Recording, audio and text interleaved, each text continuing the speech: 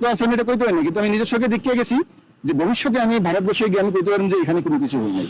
তা সংবাদ জানাইতে লাগে না, আর মানে আমাদের যেটা সম্পর্ক ভাই বিরাটের সম্পর্ক সেটা নষ্ট হইতে লাগে না। এই যে একতাবদ্ধ এবং বন্ডিং যে অবস্থাটা আছে এটা আমরা চাই যে সবাই আমরা হিন্দু বৌদ্ধ খ্রিস্টান আমরা সবাই একসাথেই থাকতে চাই এবং একসাথেই ছিলাম।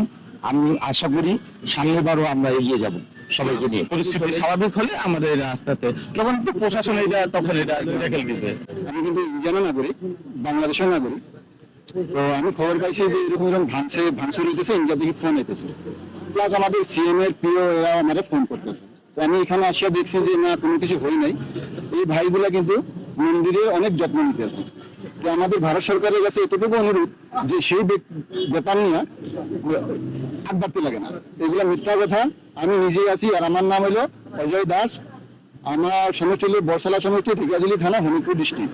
আমি যেটা দেখেছি সেটা হলো প্রথম দিন একজন ইসলামী আন্দোলনের একজন কর্মী গভীর রাত পর্যন্ত এখানে বসেছিল, পাহারা দিয়েছে প্রথম দিন যেদিন।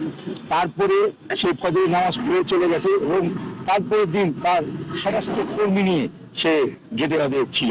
এটা আমার চোখে দেখা। এবং কালকেও আমি দেখেছি যে ছোট ছোট ইসলামী আন্দোলনের যে ছোট ছোট বাচ্চারা তারা পর্যন্ত কালকে রাত জেগে আছে।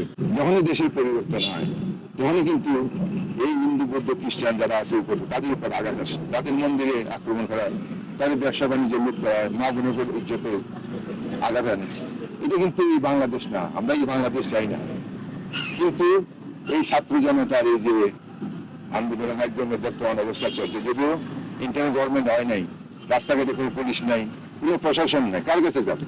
কিন্তু আমরা যখন দেখি আমাদের পবিত্র মন্দির বাগেশ্বরী মন্দিরের সামনে আমাদের মুসলমান ভাইয়েরা উপস্থিত, তখন আমার মনটা ভরে যায়, তখন ভাবি যে এই বাংলাদেশ আমার। মহব্বতকে রক্ষা করো। তো সেই জন্য আমরা এই বাংলাদেশ যখন স্বাধীন হয়েছে, বাংলাদেশ স্বাধীন হওয়ার আগেও হিন্দু বৌদ্ধ খ্রিস্টান সবাই ছিল। স্বাধীন হওয়ার পরে আমরা সবাই একত্রিত বসবাস করতে চাই, সদ্যভাবে আমরা একত্রিত বসবাস করতে চাই। আমরা হাঙ্গামা, মারামারি, কাটাকাটি, দাঙ্গা এটি আমরা চাই না। আপনি দেখেন বাড়িতেও কিন্তু দ্বন্দ্ব আছে, দ্বন্দ্ব এটা থাকবে, এটা কোনোদিন শেষ হবে না। পকেট মার যখন বলে যে আমি পকেট মার ছেড়ে দিব যেদিন পাবলিকের পকেট থাকবে না, সেরকমই আর কি একটা উদাহরণ। কেউ না কেউ তো একটা দলের মধ্যে আছে, এটা তো অস্বীকার উপায় নাই। তা আমরা সবাইকে আহ্বান জানাই যে যেভাবে থাকুক, দুর্বৃত্ত যদি হোক, তাহলে আমরা সবাই সম্মিলিত ভাবে সেটা প্রতিহত করি, যাতে মানুষের ভিতরে ভয়ের সৃষ্টি নয়, আশঙ্কার সৃষ্টি নয়, মানুষ যাতে শান্তিতে বসবাস করতে পারে। সরকার পরিবর্তন ঘটলে একটা কিছু ঘটে দেশে, এই জন্য আমাদের আমির পীর সিরাজুদ্দৌলা চরমনাই উনি বলছে প্রথম থেকেই তোমরা প্রত্যেকটা সংখ্যালঘুর তাদের বাড়িঘর, মন্দির, গির্জা যা কিছু আছে সব তোমরা তার নিজ দায়িত্বে পাহারা দিবে। কেউ যদি কোনো দুর্বৃত্ত যদি এখানে কোনো কিছু ঘটাতে না পারে। কিছু সত্যান্বেষের মল তো আছে যে বন্ধনটা যাতে আমাদের অটুট না থাকে, এই বন্ধনটা যাতে ভেঙে দেওয়া যায়, তাইলে তো তাদের সেই সুযোগের সন্ধানটা হয়। তাদের কিছু যুগে যুগে সবসময় ছিল। সাল্লাল্লাহু আলাইহি ওয়াসাল্লাম বলছে যে তোমরা প্রতিবেশী সে অন্য জাতীয় যদি হয় তাকে তোমরা কি করো, দুর্বৃত্তরা যেন আঘাত না করতে পারে এবং ভাঙচুর না করতে পারে। সব মন্দির এবং গির্জা যেখানে যা আছে তাদের দোকান সব জায়গায় আমাদের নেতা কর্মীরা ইনশাল্লাহ কাজ করতেছে।